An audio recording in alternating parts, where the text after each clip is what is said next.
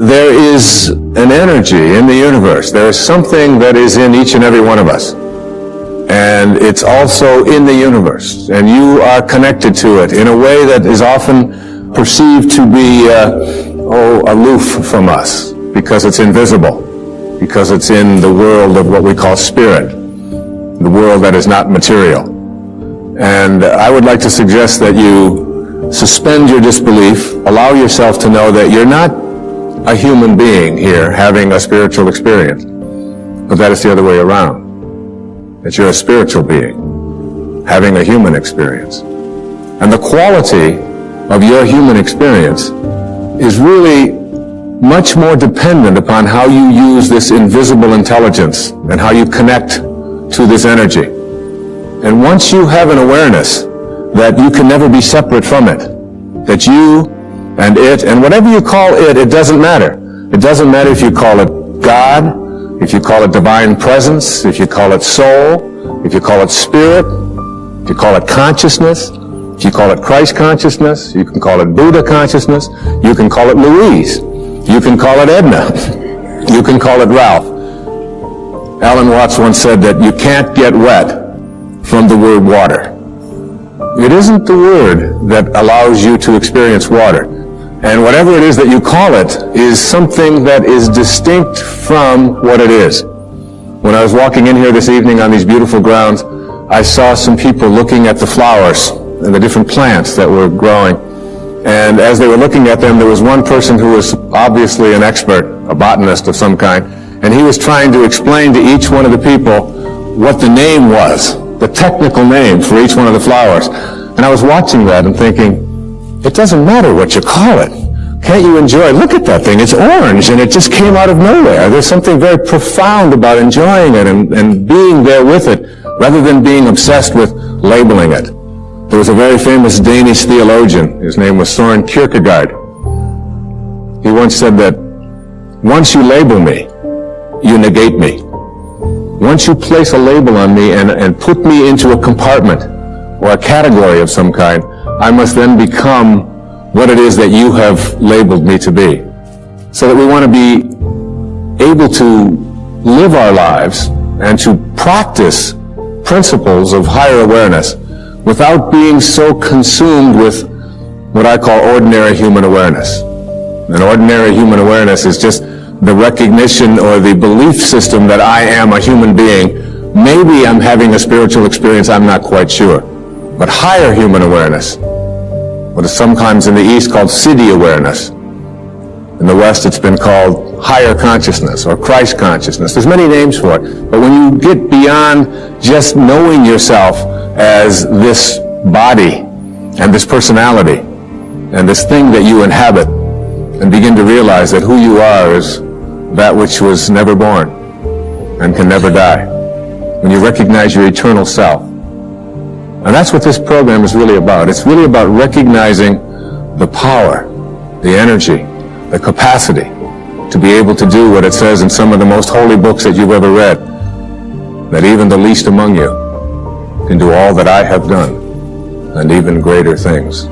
And that's not just empty words from Holy Scriptures. That's a very powerful lesson that each and every one of us can practice and live every day. What I'd like to suggest to you, and what this program is really about, is that there are higher levels of awareness that are available to us. A level of awareness that allows us to do things like, and it may sound a bit strange, but to manage the coincidences of our lives. To be able to place our attention on what it is that we would like to create for ourselves in our lives. To literally have the power to know that if I think about it, and I keep it there, and I keep that picture firm within me, that there is an energy, a source, a capacity within me that is in the universe, and that is also in me. And that I can use this energy, that I can manage it. There are many ways to get the things that we want for ourselves in our lives. But basically, it all begins with how we choose to think. As you think, so shall you be. 7 little words that I think are perhaps the most important things that we can learn and master in our lives. This old proverb notion that I become what I think about all day long. And once you know that what you think about is what expands, you start getting real careful about what you think about. You don't allow your thoughts to be on anything that you don't want or that you wouldn't want to have manifest or show up for you in your life. Emerson said, the ancestor to every action is a thought. And you can look at every spiritual tradition, whether it's Eastern or Western, whether it's ancient or modern, whether it's civilized, quote, or uncivilized, quote, whether it's tribal, and there is in all of these persuasions this idea that inside each and every one of us, in a place that is not material, in a place that has no dimensions, in a place that has no boundaries, that in each and every one of us, we have this power, and we have this intelligence, and you can never see it. I've often said that when you die, if you're going to die, and 5 minutes before you're ready to leave, they weigh your body, and let's say it weighs, let's pick a good number, 150 pounds, all right? And then life leaves your body, and they weigh your body instantly after you're dead, and it still weighs 150 pounds. So that your body weighs the same alive or dead before it begins to deteriorate. And if that's the case, then your life, this thing that leaves your body and your body still weighs the same, is weightless. Your life is weightless. You can't put a dimension on it. You can't put a measure on it. Who you are is that life. And that life is not in the dimension of material. It's like, if I want to wiggle my finger, I just have to have a thought.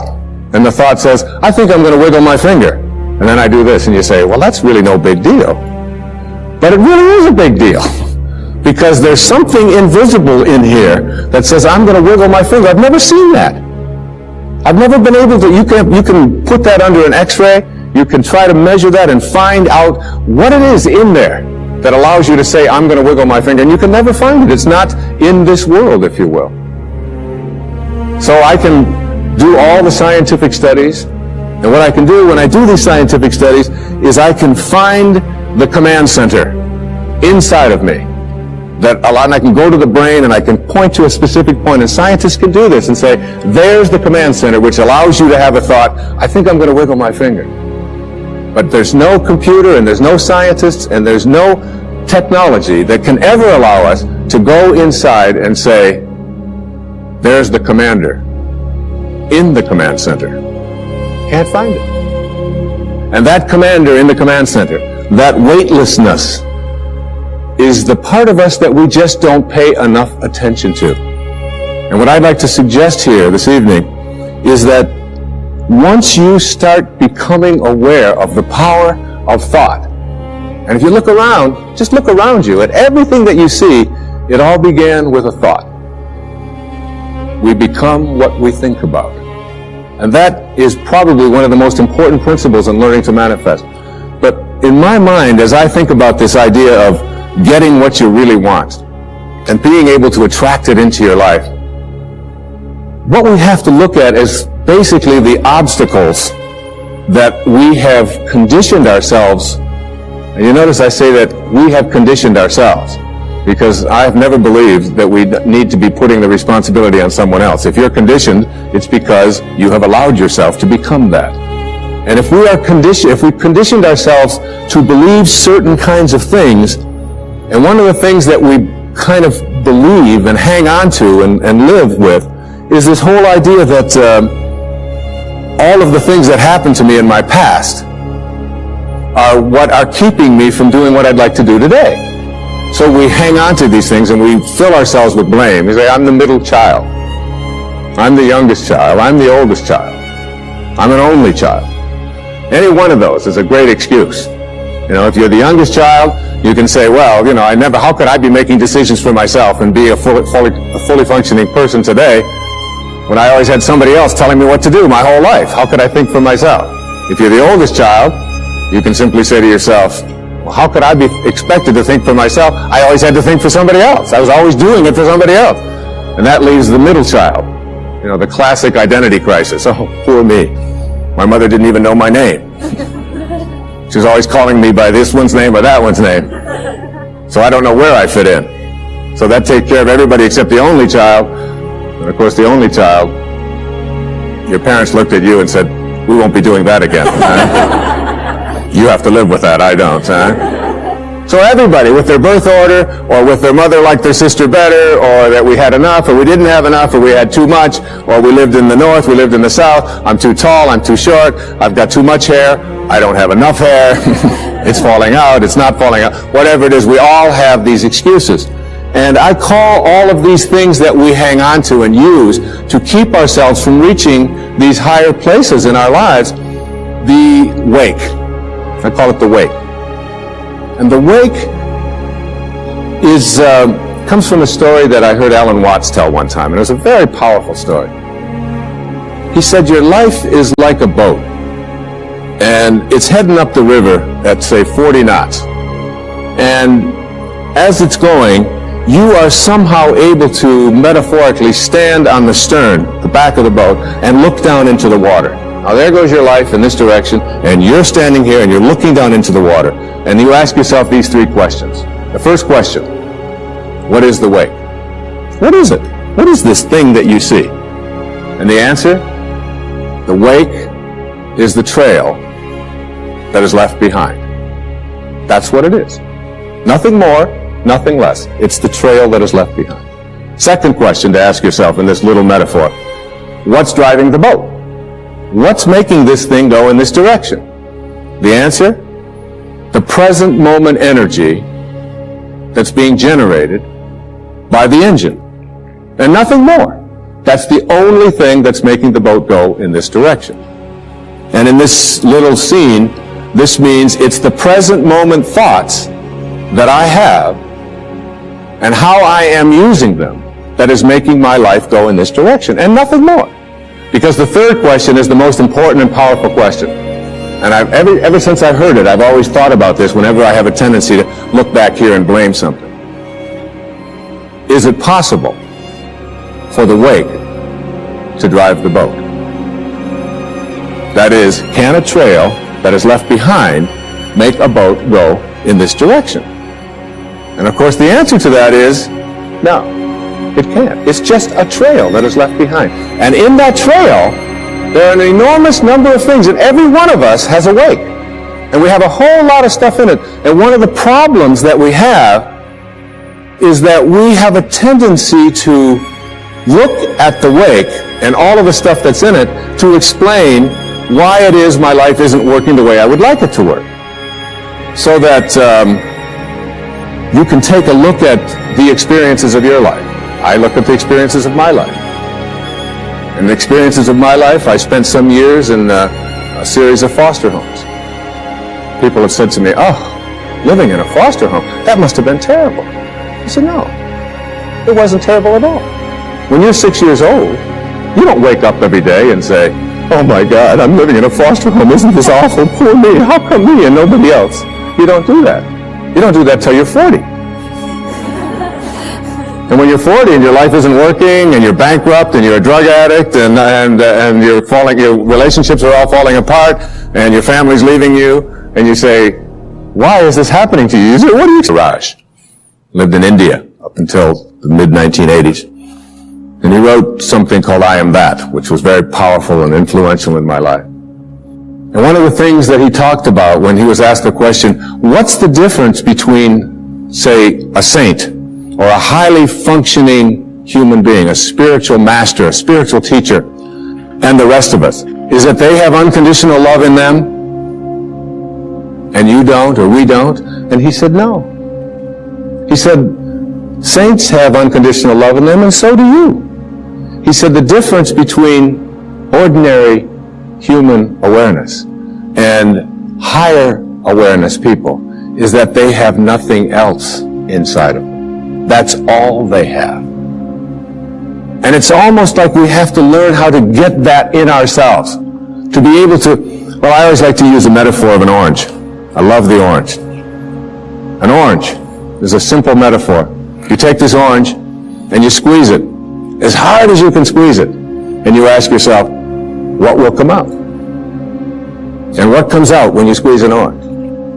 Orange juice. Never, no matter how many times you squeeze it, will apple juice come out. There's no mistakes. You'll never get grapefruit juice out of this thing, ever. The only thing you'll ever get out of it is orange juice. And the next question is why? Why when you squeeze an orange, as hard as you can squeeze it, does orange juice come out? And I asked that question up in Toronto one time. There was a little girl sitting right in the front row. She said, that's dumb. She said, that's what's inside. It has to come out. I said, well, that's the answer. You are really smart. And she smiled. She thought that was great. But that's the truth. The reason that orange juice comes out when you squeeze it is because that's what's inside. Now you extend the metaphor and someone squeezes you. That is, someone says something about you that you don't like. Someone behaves towards you in a way that you find offensive. Somebody does something or says something to you that you feel hurt by. And out of you comes anger, hatred, bitterness, tension, fear, anxiety, stress. And immediately you say, the reason that comes out of me is because of how he said it, or the way that she said that, or because they did that. But the truth is, the reality is, that what comes out is what's inside. And if you don't like what's inside, you can change it. Now, if you ask me, how does orange juice get inside of an orange? I would say, I don't know. I can't figure it out. That's a mystery to me. I just enjoy the oranges of my life and give God the credit for that.